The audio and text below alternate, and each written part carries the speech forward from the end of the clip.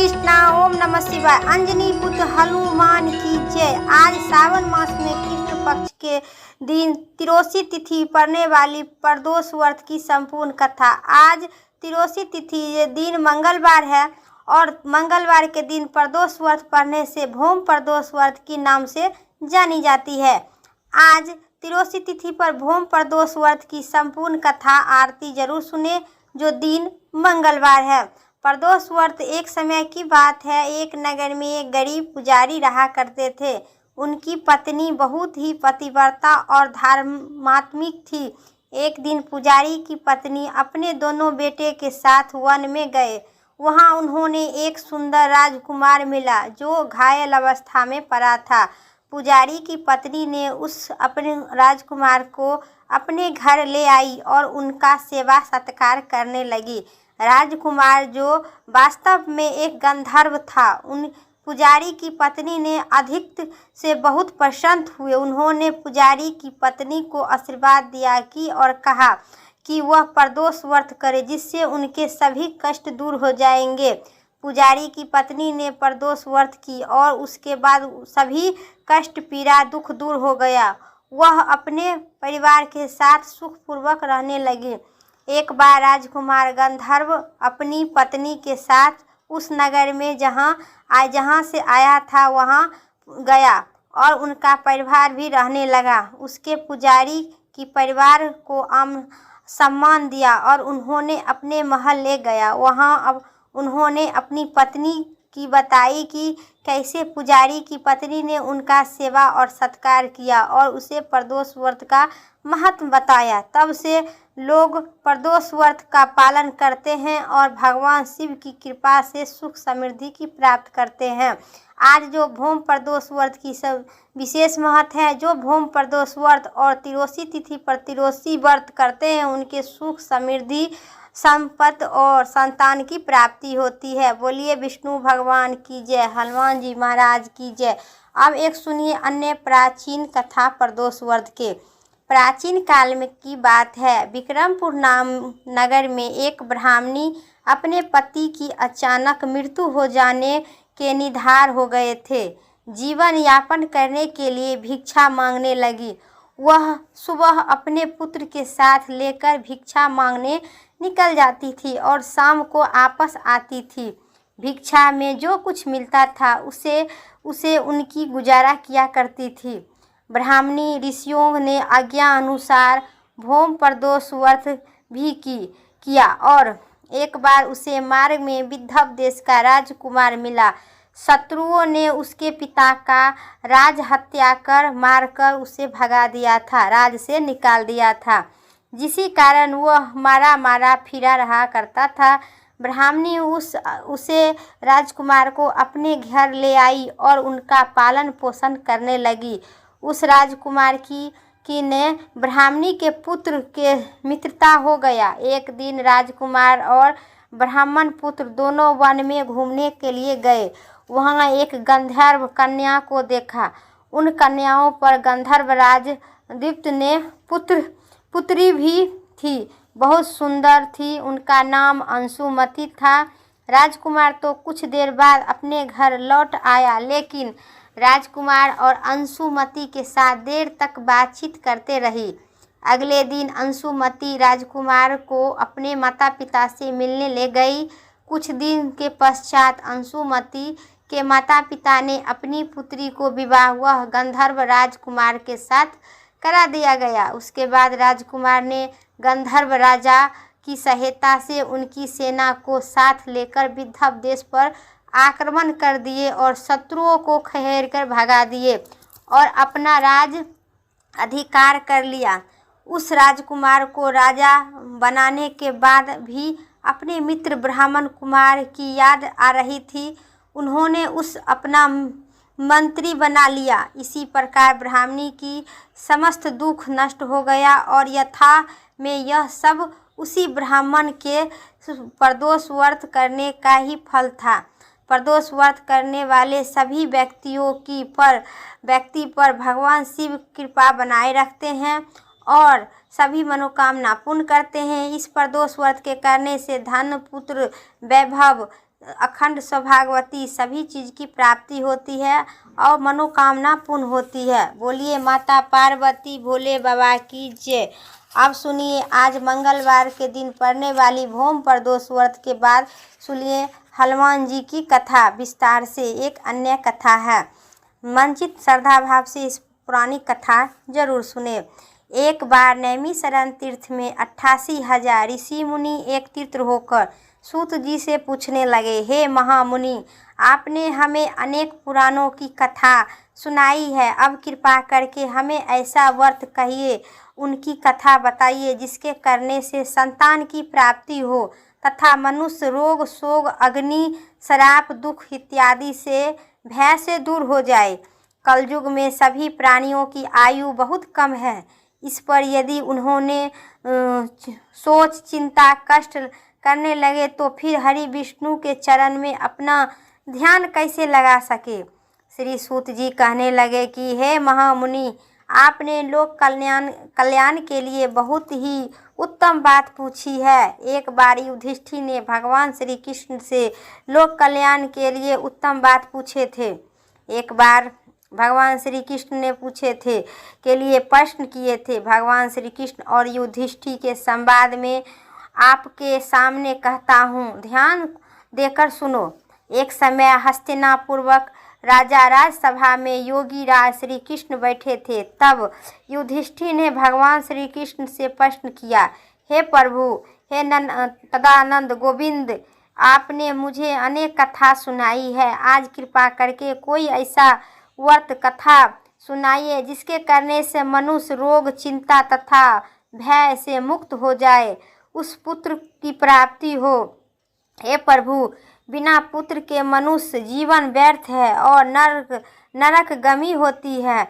पुत्र के बिना मनुष्य तृप्त से छुटकारा भी नहीं पा सकती है और न ही वह पुनः नरक में उद्धार पा सकती है। अतः पुत्रदायक व्रत बताइए। जो भगवान श्री कृष्ण कहने लगे, हे राजन, मैं एक प्राचीन इतिहास सुनाता हूँ, आप उसे ध्यान पूर्वक होकर सुनिए। कुंडलपुर नाम के एक नगर था। उस नगर में एक सतानंद नाम का एक ब्राह्मण महाविद्वान ब्राह्मण रहा करते थे। उनकी गुजारा जैसे तैसे हो जाता था, परंतु बहुत ही दुखी रहा करता था क्योंकि उसके कोई संतान नहीं था। उन्होंने पत्नी सुदंता पतिव्रता थी। वह भक्ति पूर्वक हनुमान जी की आराधना करती थी और मंगलवार के दिन व्रत करके आनंद पूर्वक भोजन बनाकर हनुमान जी की भोग लगाकर स्वयं बाद में भोजन किया करती थी। एक बार मंगलवार को गृह कार्य में अधिक व्यस्तता के कारण वह हनुमान जी की भोग लगाना भूल गई। इसी पर बहुत दुखी हुई। उन्होंने स्वप्न में भोजन नहीं किया, स्वयं भी भोजन नहीं की, प्रण की कि अब मैं अगले मंगलवार को हनुमान जी को भोग लगाकर ही अन्य ग्रहण करूंगी। ब्राह्मणी सुदंता प्रतिदिन भोजन बनाती थी, श्रद्धापूर्वक अपने पति को खिलाती थी, परंतु स्वयं भोजन ग्रहण नहीं करती थी और मन ही मन श्री हनुमान जी की आराधना किया करती थी। इसी प्रकार 6 दिन तक ब्राह्मणी सुदंता अपने प्रण के अनुसार भूखी प्यासी निहार रही, परंतु 7वें दिन मंगलवार को वह प्रातः काल बेहोश होकर गिर पड़ी। सुदंता की इस असीम भक्ति से हनुमान जी बहुत प्रसन्न हुए और उनके सन्मुख प्रकट होकर बोले, सुदंता, मैं तेरी भक्ति से बहुत प्रसन्न हूँ, उठो और वर मांग। पड़ी और कही, हे प्रभु, मेरे सुदंता अपने आराध्य देव हनुमान जी की समक्ष प्रकट होकर आनंद से विहुक्त हो गई और चरण में गिर पड़ी। कही, हे प्रभु, मेरे कोई संतान नहीं है, कृपा करके मुझे संतान के प्रदान करे।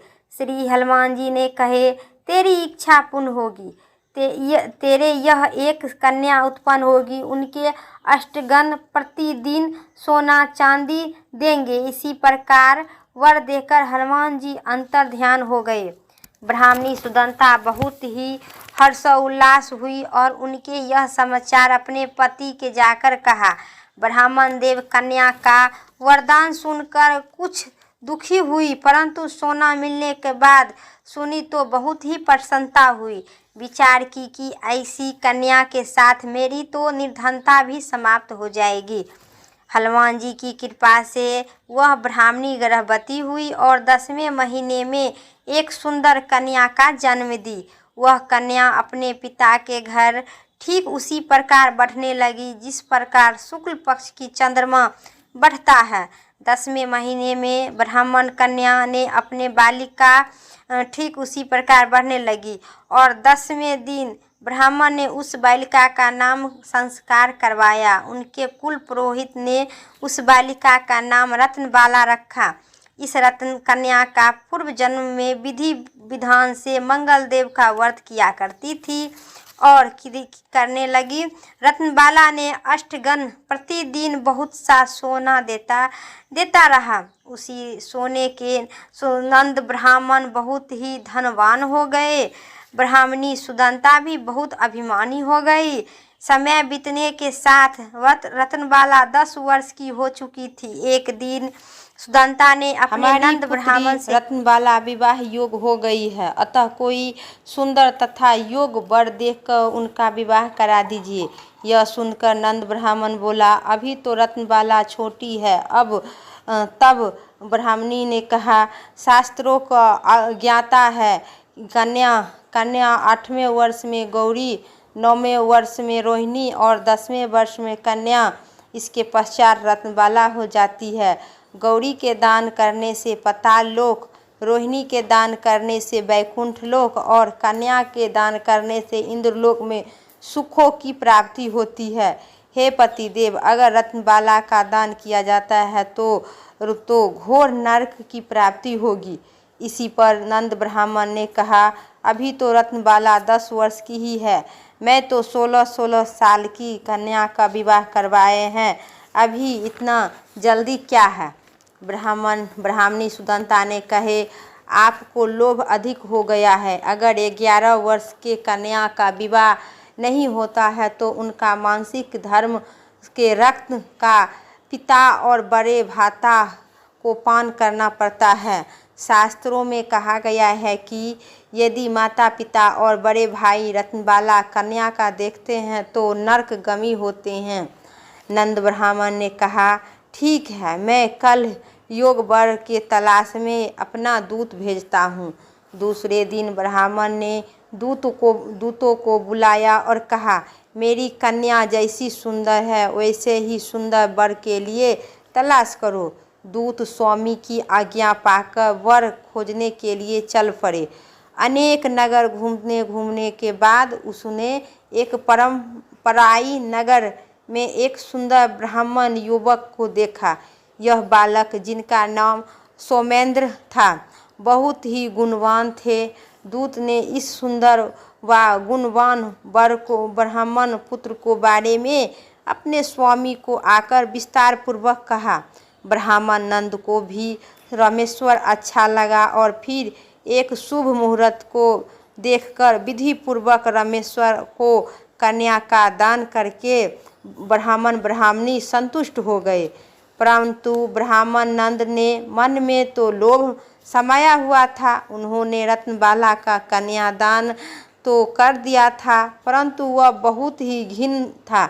उन्होंने विचार किया कि रत्नबाला जब ससुराल चली जाएगी, इससे जो सोना मुझे मिलता था वह भी नहीं आगे मिलेगा।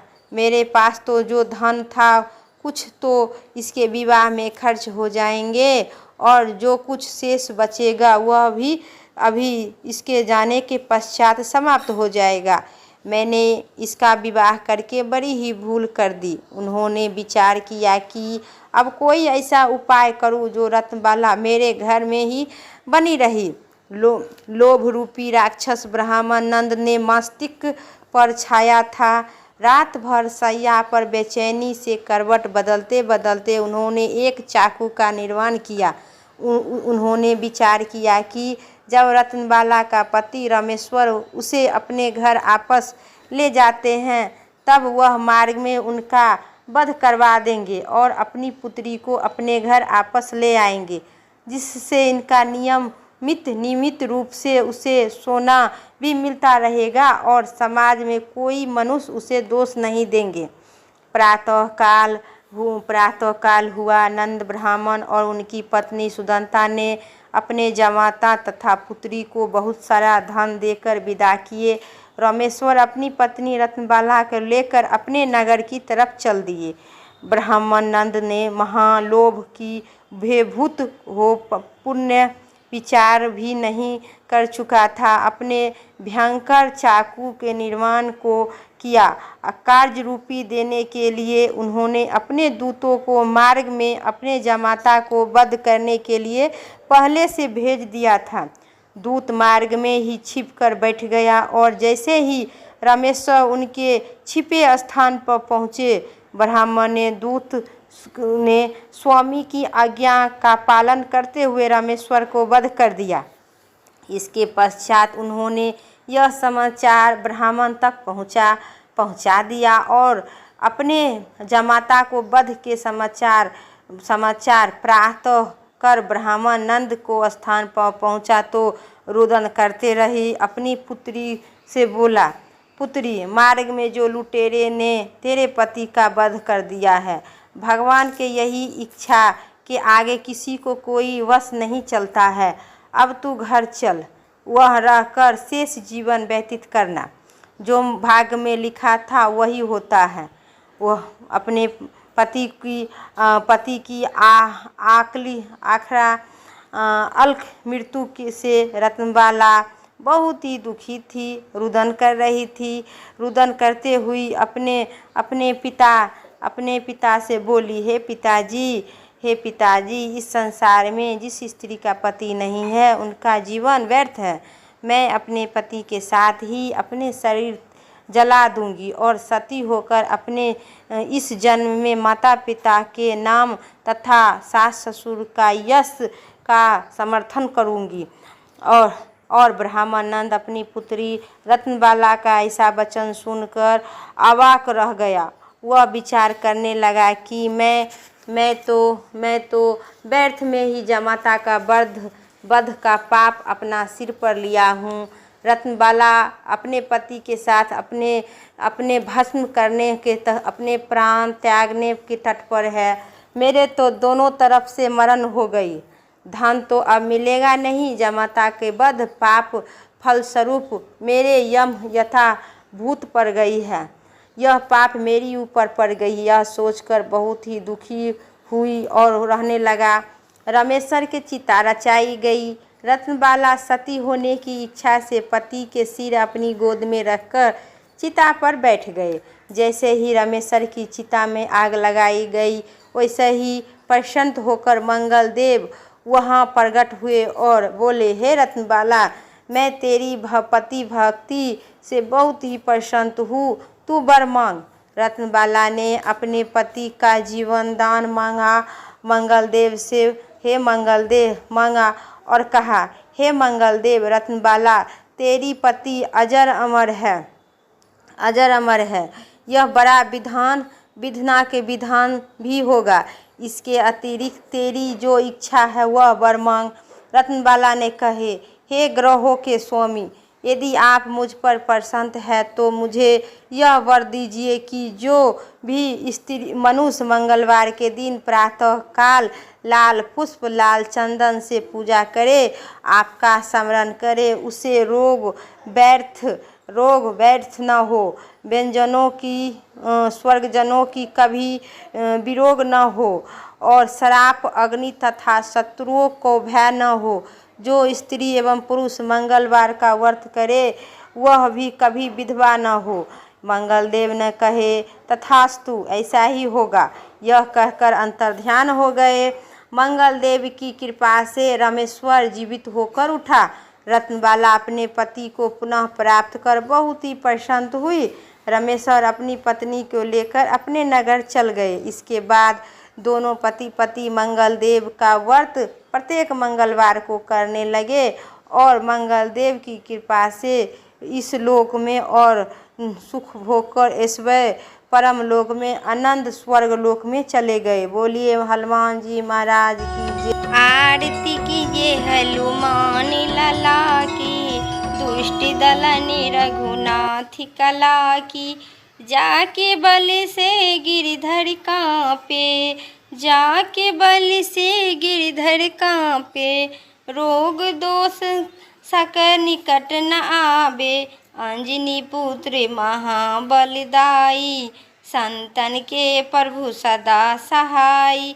देवीरा रघुनाथ पठाई, लंका जाय सिया असुर लाई।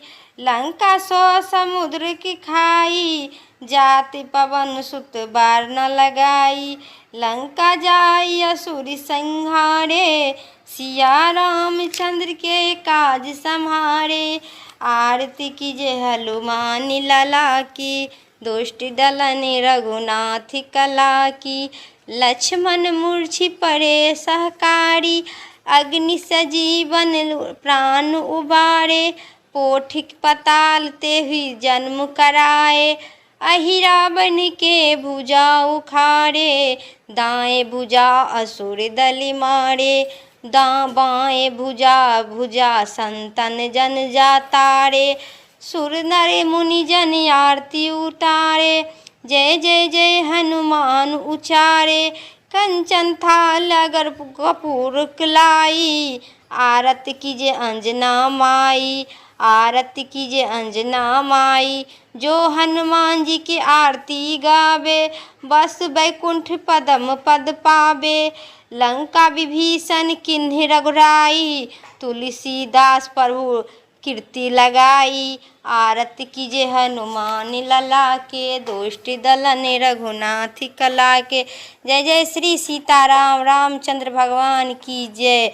पवन सुत अंजनी पुत्र महाबली भगवान बजरंगबली की जय। मेरा कथा और आरती इतना ही तक था। वीडियो अच्छी लगे तो लाइक करें, चैनल पर नहीं सब्सक्राइब करके कमेंट बॉक्स में बजरंगबली हनुमान की जय ज़रूर लिखे, हनुमान जी महाराज की ज़रूर लिखे। फिर अगली वीडियो लेके आते हैं, तब तक के लिए हर हर महादेव, श्री सीताराम।